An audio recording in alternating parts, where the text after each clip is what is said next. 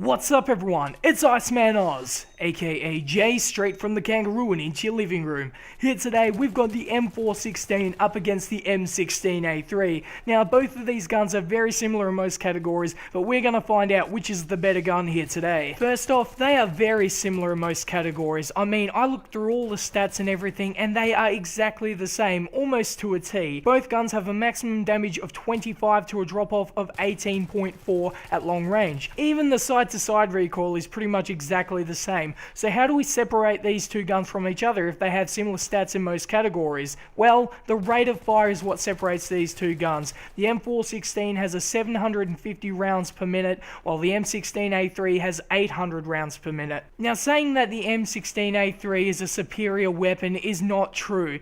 It has 800 rounds per minute, sure, but the M416 has 750, so you know, they're very similar. Now, if you're playing competitively, of course the M16A3 will win because you need every advantage you can get while playing competitively. That 50 RPM is just a world of difference. But if you're playing public matches, I mean, these guns are pretty much exactly the same, so you can pretty much roll with them both. Whichever one you're feeling, whichever one you prefer is probably the best one to go with. I shuffle between both of them and I enjoy them both. I reckon they're both absolutely awesome. When choosing attachments for these weapons, my general loadout seems to be heavy barrel and foregrip, but for some reason I always seem to lean towards the flash suppressor. When you're aiming down sights with the heavy barrel, it does reduce recoil, but the problem is with that is when you're not aiming down sights, it can be a tiny bit of a problem.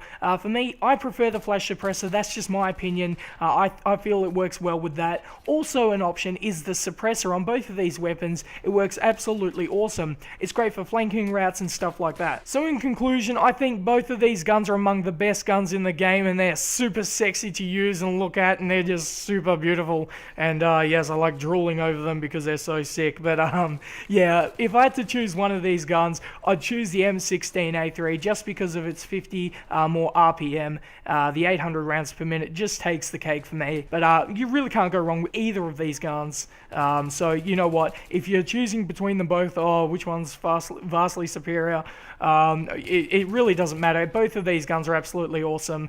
I would say though that before the patch, the M416, I would feel it was better, but since the patch they increased the vertical recoil of the M416, and now there's a competitive side to both of these guns again, and now I think the M16A3 has taken the cake.